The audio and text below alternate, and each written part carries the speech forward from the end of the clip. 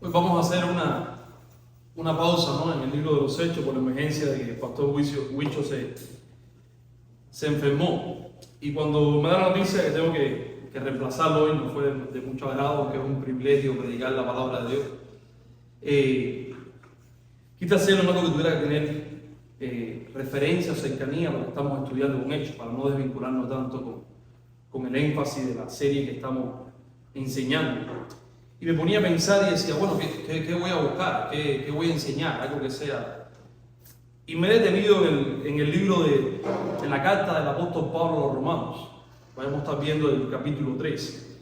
Pero lo vamos a hacer viendo desde el versículo 17 del capítulo 2, para poder entender un poco el contexto de lo que estaba pasando, a la cual Pablo le escribe esta carta, una de las cartas más importantes en la reforma cristiana, por la cual muchos reformadores llegaron a la fe del Evangelio cuando leían estas cartas. Por ejemplo, tenemos el caso de Martín Lutero, el cual, buscando una reconciliación con Dios, de buscar una paz espiritual que no encontraba en nada la religión de la cual él practicaba, de ir a Roma, subir las escaleras del Vaticano, de hacer todo tipo de obra, de flagelarse su carne para poder saciar la culpa o el vacío que tenía.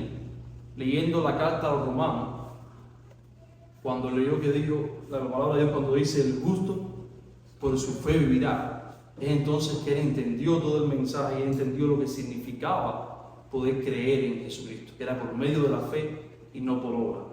Sobre eso vamos a estar tratando un poco acerca de la justificación por la ley de la fe, que Pablo va a estar hablando aquí a los hermanos en Roma. Vamos a orar. Padre, gracias por un día más de vida, Señor. Gracias, Señor, por el privilegio de exponer tu palabra, Señor. Y también pedimos, Padre, que tomes el control y la guía, Señor, para que no sea yo, Señor, sino tú, que nos des luz en tu palabra y exponga tu palabra, Señor, para ser ministrados por ella y aprender de ella, Señor. En el nombre de Cristo Jesús oramos. Amén. Justificado por la ley de la fe. Si miramos la carta a los romanos, es una carta que los primeros capítulos son bien doctrinales, bien fuertes, donde Pablo empieza hablándole tanto a judíos como gentiles. Y es una frase que va repitiendo una y otra vez, primeramente al judío y después al griego.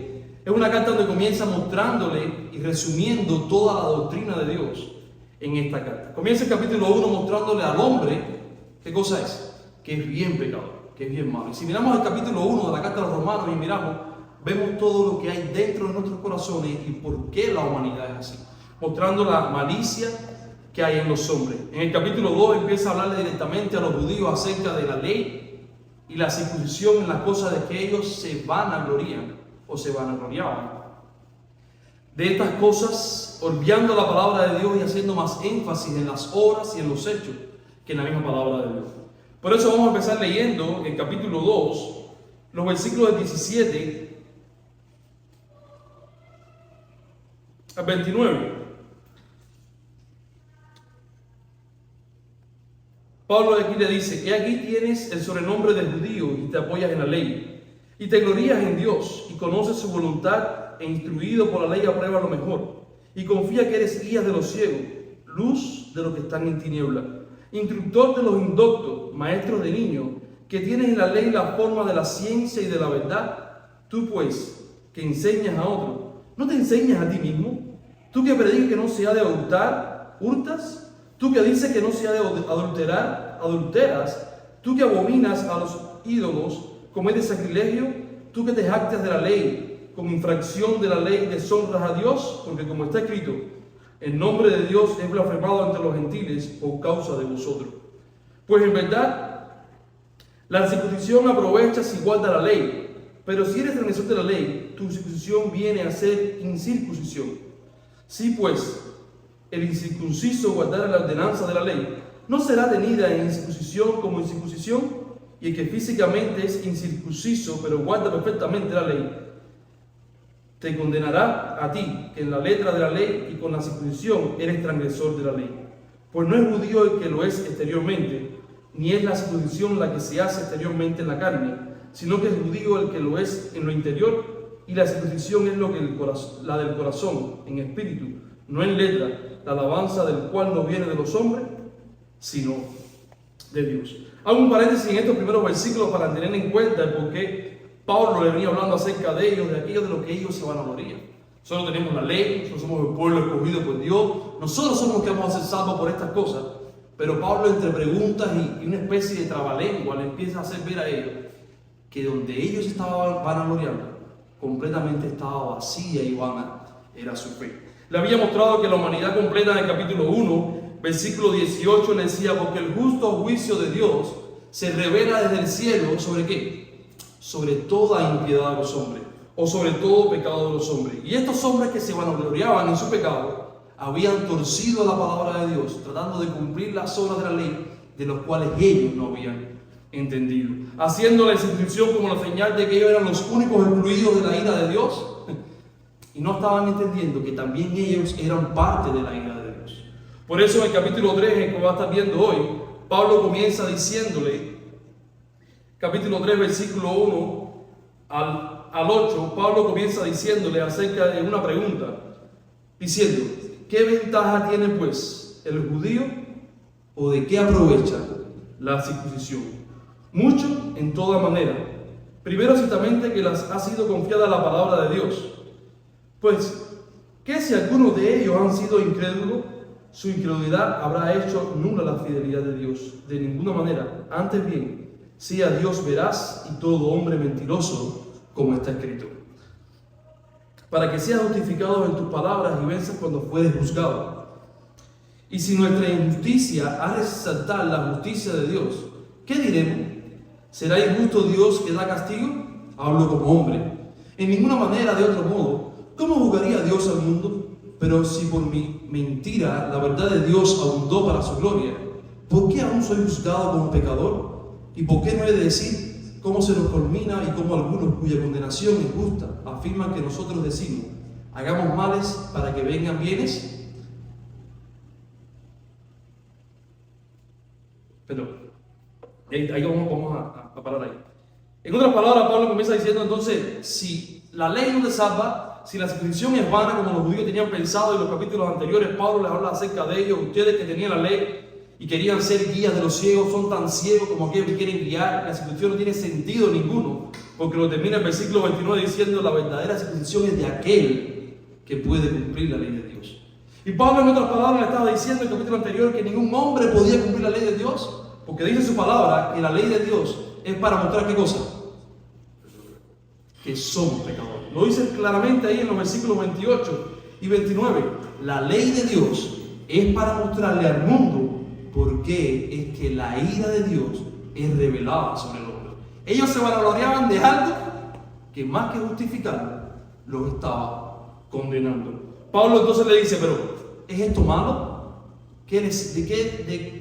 ¿Cuál es la virtud de haber sido judío? ¿Cuál es la virtud de haber recibido la palabra de Dios? La virtud de haber sido judío, de que el pueblo judío era de haber recibido la palabra de Dios como responsable de vivir y predicar su palabra, de obedecer su palabra y guiarse como un pueblo que sigue a esta palabra. Si miramos todo el Antiguo Testamento, siempre que el pueblo de Dios estaba en rebeldía, vemos a Dios haciendo un llamado a su pueblo aquí, a que volviera la palabra de Dios y a que guardara su palabra. Si vamos a Deuteronomio, vemos como Dios le manda a su pueblo que escribiera de la ley de Dios su palabra y la pusiera en los pilares. Vemos después al pueblo judío más adelante como que llevaba la palabra de Dios en la frente, también en sus manos, como una señal de que ellos tenían la palabra de Dios, pero a la misma vez vemos a un pueblo judío que era ¿qué cosa?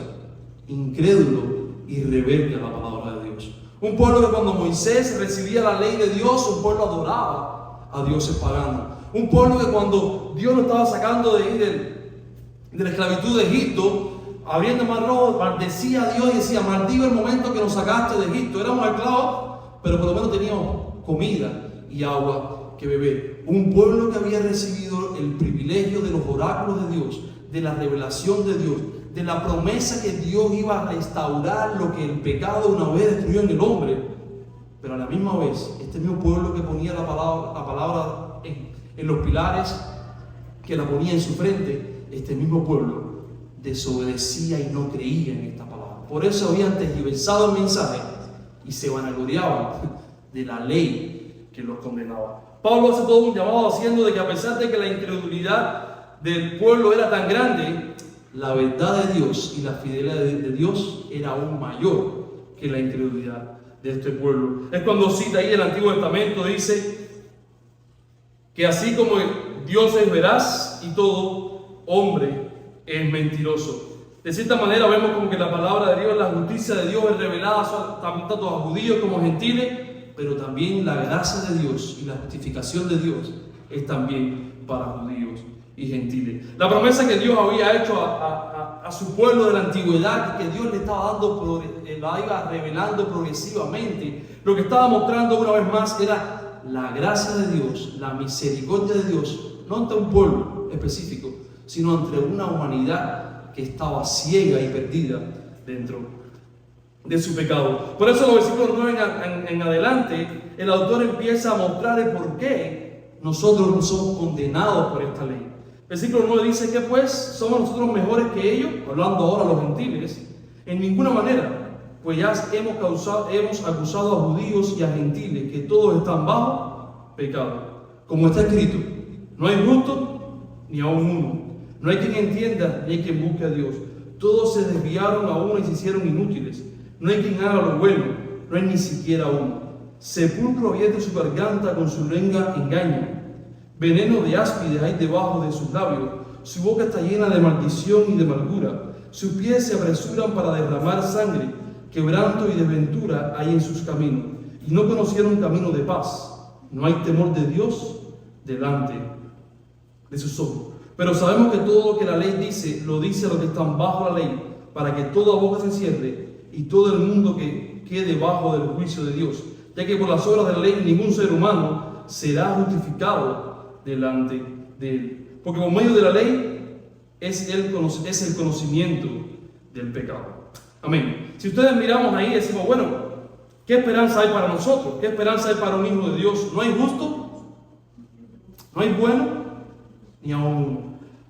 Martín Lutero decía que a pesar de llevar muchos años predicando el evangelio de la gracia de Dios, de la justificación por fe, en su interior, aún él seguía creyendo que tenía que hacer algo para agradar a Dios, ¿verdad? Muchas veces creemos que somos unos buenos cristianos, que somos personas que somos fieles a Dios, cuando nos levantamos temprano en la mañana, leemos la palabra de Dios o hacemos una buena obra, ¿verdad? Muchas veces creemos que podemos ser personas justas porque un día hemos creído en la palabra de Dios, porque un día hemos creído en Cristo, pero seguimos viviendo una vida que nosotros creemos que estamos viviendo bien. Las palabras de Pablo no están condenando solamente a judíos, no están condenando a nosotros hoy como iglesia. Cuando tenemos la misma palabra de Dios, tenemos el mismo privilegio que le fue dado al pueblo judío acerca de las promesas de Dios. Hoy hemos recibido la palabra, la revelación completa de Dios desde el Antiguo y el Nuevo Testamento. Hoy somos responsables del pueblo judío para hacer ¿qué cosa? Administradores de su palabra. Administradores para entender que por nuestro pecado nosotros no merecíamos ser un hijo de Dios. A entender que somos tan malos que dice la palabra de Dios que nosotros estamos muertos en nuestros delitos y pecados. ¿Qué es el pecado? Muchas veces nos preguntamos, o alguien nos ha preguntado, los otros días hablaba con una persona que no es cristiana y él me decía, pero ¿por qué yo tengo que ir al infierno si yo no soy malo? ¿Por qué tú dices que yo tengo que pagar algo que yo nunca he hecho? Y él ponía a poner ejemplos de los cuales humanamente tendría razón. Yo nunca he matado a nadie, yo nunca he mentido, yo nunca he hecho nada por el mal de otro. Todo lo que he tratado de hacer siempre en la vida ha sido para ayudar a otras personas. ¿Por qué entonces yo tengo que ir al infierno? Cuando miramos las palabras de Pablo en estos versículos y cuando miramos lo que le dijo en el capítulo 12 acerca de los mismos judíos que tenían la ley decía, honra a tu padre y a tu madre, no digas mentiras, honra al Señor tu Dios, ama al Señor tu Dios con todo tu corazón y con toda tu alma, y ponemos nuestra vida, no lo que exponemos o queremos que otro vea, sino la vida que hay dentro de nuestros corazones y nuestras mentes. Si en esta televisión empieza a salir lo que Kenny ha pensado, lo que Kenny siente o lo que pasa movimiento en mi corazón, jamás ustedes me ven el pelo nuevamente parado aquí. Porque son tantas cosas de las cuales tengo que avergonzarme, que muestra lo que Pablo está diciendo en Romanos en el capítulo 1 y lo que está diciendo aquí, que no es justo. que no es bueno. Y cuando hablamos con ellos, les decía, ¿alguna vez tú has dicho que una mentira? Sí, claro, he hecho mentira. ¿Alguna vez tú has robado algo a alguien? Claro que he robado algo a alguien. Si estuviéramos delante de un tribunal, el juez no nos va a juzgar por las cosas buenas que hemos hecho. Nos va a juzgar ¿por qué? Por las cosas malas que un día hicimos. De la misma manera, cuando Dios le dio la ley a su pueblo, le estaba mostrando el por qué el capítulo 1 de Romanos, versículo 18, está diciendo: el justo juicio de Dios se revela desde el cielo sobre todo pecado de los hombres. El pecado de la naturaleza que hay en nosotros que nos revela en contra de Dios. El pecado, más que un hecho, es quiénes somos. Cuando le preguntamos a un niño qué cosa que le hemos enseñado, que ha nacido en el Evangelio, le preguntamos ¿qué es el pecado? Él te dice: todo lo que decimos y hacemos que a Dios no le agrada. Y si queremos ser más intencionales, le decimos: dame un ejemplo. Bueno, la mentira. Bueno, que yo he robado, los mismos ejemplos que hemos puesto. Sin embargo, ese es el resultado de la naturaleza que hay dentro de nosotros. Un animal carnívoro no puede comer hierba, porque su naturaleza es aquí, a la carne. De la misma manera, nuestro pecado no podemos hacer nada bueno, justo delante de Dios, porque nuestra naturaleza nos lleva a vivir una vida que va en contra de los deseos de Dios. No es por eso que Pablo entonces comienza hablando y diciéndoles a ellos, pero la buena noticia es, versículo 20, pero ahora, aparte de la ley, se ha manifestado la justicia de Dios, testificada por la ley y por los profetas. La justicia de Dios por medio de la fe en Jesucristo, para todos los que creen en Él, porque no hay diferencia, porque cuando todos pecaron y están separados de la gloria de Dios, siendo justificados gratuitamente por su gracia, mediante la redención que es en Cristo Jesús, a quien Dios puso como propiciación por medio de la fe en su sangre, para manifestar su justicia a causa de haber pasado por alto en su paciencia los pecados pasados, con la mira de manifestar en ese tiempo su justicia, a fin de que Él sea el justo, el que justifica al que es de la fe de Jesús. ¿Dónde pues estará la jactancia? ¿Queda excluida? ¿Por cuál ley? ¿Por la de las obras? No, sino por la ley de la fe. Concluimos, pues, que el hombre es justificado por fe sin las obras de la ley. ¿Es Dios solamente Dios de los judíos? No. ¿Es también Dios de los gentiles? Ciertamente también de los gentiles, porque Dios es uno, y Él justificará por la fe a los de la circuncisión y por medio de la fe a los de la incircuncisión. Luego, por la fe, ¿invalidamos la ley? En ninguna manera, sino que confirmamos la ley. Entonces, un hombre pecador que más que cumplir la ley, lo que hace es desobedecer la ley. Dios nos está mostrando lo que decía en el versículo 29 del capítulo 2. Nosotros hoy cumplimos la ley, no porque hagamos lo que la ley dice, sino porque por medio de la fe en Cristo Jesús, el cual cumplió la ley por nosotros. Si miramos el Antiguo Testamento y vamos a Génesis capítulo 3, hablando de la caída, que hemos mencionado muchas veces, pero es clave para entender el sentido de salvación, el mensaje de salvación de Dios. Muestra a un hombre, el cual después a Cristo lo compara con este hombre. Este hombre es Adán. Adán, antes de caer en el pecado, Adán era un hombre que no había pecado en él. No había naturaleza que lo llevara a desobedecer o ir en contra de la voluntad de Dios. Dice que Dios había creado todo bueno y era bueno en gran manera. Sin embargo, después de la desobediencia con Adán y el pecado de Adán, junto con la promesa que Dios hace a la humanidad de la simiente de Adán, que es el que nos va a restaurar, Dios trae un postrero Adán, que dice la palabra de bien es Cristo. Porque como así Adán no había sido corrompido su naturaleza y podía ver lo que muchos conocen como el libre albedrío, que más usan más mente como el libre albedrío, Adán tenía el libre albedrío para hacer la voluntad de Dios o no hacer la voluntad de Dios. ¿Por qué? Porque su naturaleza no había sido corrompida. De la misma manera, Dios tiene que encarnarse en la persona de Cristo, Dios mismo, encarnarse en la persona, en el hombre, para tener una naturaleza semejante a la que tuvo Adán ante la caída. Una naturaleza que no conoció pecado, una naturaleza que no estaba corrompida. Y es la señal que todo el Antiguo Testamento hace con respecto al sistema de sacrificio del Cordero y todos los rituales que hablan de una perfección. Está apuntando a aquel que es el único poderoso para justificarnos de nuestros pecados. Ese es Cristo, el Cordero que no tenía pecado. Dios mismo encarnado en hombre, para tomar en el lugar del hombre la ira de Dios. Una ira que no solamente las cosas malas que nos pueden pasar en este mundo, una ira que no es lo que nosotros miramos cuando muchas veces, siendo cristianos y le llevamos el evangelio a otra persona, somos rechazados, somos burlados, somos despreciados, sino es la ira que condena al hombre, a la humanidad, tanto judíos como gentiles, ya sean porque hayan leído su palabra, ya sea porque conozcan la Biblia, pero que no han creído, a una condenación eterna en el infierno. Dice la palabra de Dios, y Pablo hace mención a esto, que así el hombre es necesario que muera una sola vez, y después de esto, el juicio. Todo hombre tiene que dar cuenta delante de Dios un día por su vida, por su pecado. La esperanza está que una vez que hemos creído en Él, un don que no es del hombre, un don que es de Dios, el don de la fe, nosotros hemos sido justificados de nuestros pecados. Nosotros hemos sido reconciliados nuevamente con Dios. Y nosotros ahora vivimos en una paz, no una paz terrenal, sino en una paz que es solamente en Dios. Los últimos versículos de este pasaje, Pablo empieza a mostrarles acerca de ello, diciendo la verdadera circuncisión es la que está en el corazón. Para ellos la circuncisión era la señal de que ellos eran un pueblo privilegiado. Pero lo único que son privilegiados son aquellos que han creído en Jesucristo como Señor y Salvador. Dice Pablo también, cuando hablaba a los Efesios, que una vez que hemos creído, hemos sido sellados, hemos sido circuncidados por la herencia que es un medio de ¿qué? Del Espíritu Santo, que son las arras a nuestra herencia, a la redención eterna.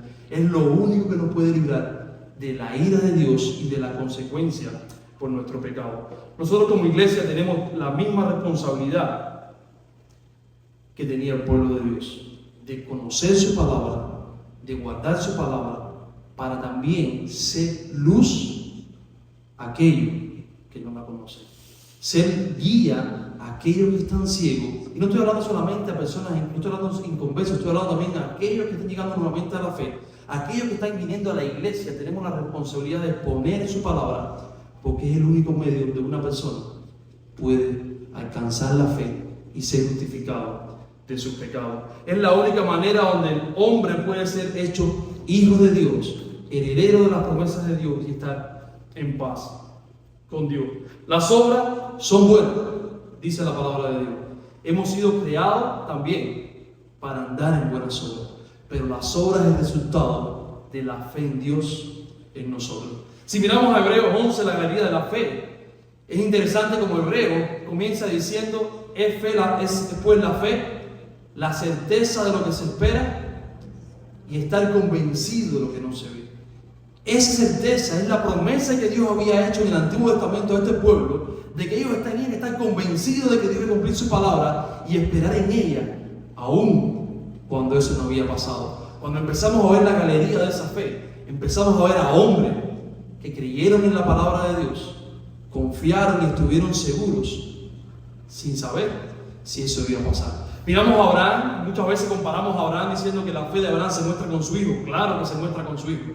Pero la fe de Abraham es puesta en práctica una vez que Dios le dijo a Abraham, sal de tu tierra y tu parentela y vete al lugar que yo te mostraré. Abraham sin pensar salió, confiando en la palabra de Dios, que un día Dios iba a cumplir su palabra. Y seguimos leyendo la galería de Hebreos 11 y también vemos a José, el cual antes de morir, extranjero a una tierra extranjera en Egipto, siendo gobernador a pesar de todas las cosas que había pasado, y una de las cosas que le decía a su hermana decía, ciertamente ahora yo veo la mano de Dios y no fueron ustedes los que me traicionaron, sino que Dios me trajo aquí para glorificar su nombre. Dice que daba instrucciones a su pueblo para cuando su pueblo llegara a la promesa que Dios le había dado a su padre de una tierra nueva, que fluiría leche y miel, la tierra, la promesa que había hecho Abraham, dio instrucciones para que enterraran sus restos allí a donde Dios lo había llevado. Y cuando miramos a estas personas, lo que estamos viendo es que son personas que habían sido justificados única y exclusivamente por la fe en la promesa de Dios, de un Mesías que ellos no conocían y que tú y yo hoy conocemos. ¿Cómo predicamos el mensaje de Cristo? ¿Cómo administramos la palabra de Dios? ¿Creemos 100% de que hemos sido justificados por la palabra de Dios, por la fe en Cristo Jesús? ¿Creemos 100% de que si hoy estamos aquí es para tener la misma responsabilidad de llevar a otros a que vean a Cristo como guía y como la única solución de su vida. Que no hay nada que podamos hacer en este mundo para el cual podamos ser justificados. Es nuestra responsabilidad como iglesia de entender y de escudriñar las Escrituras.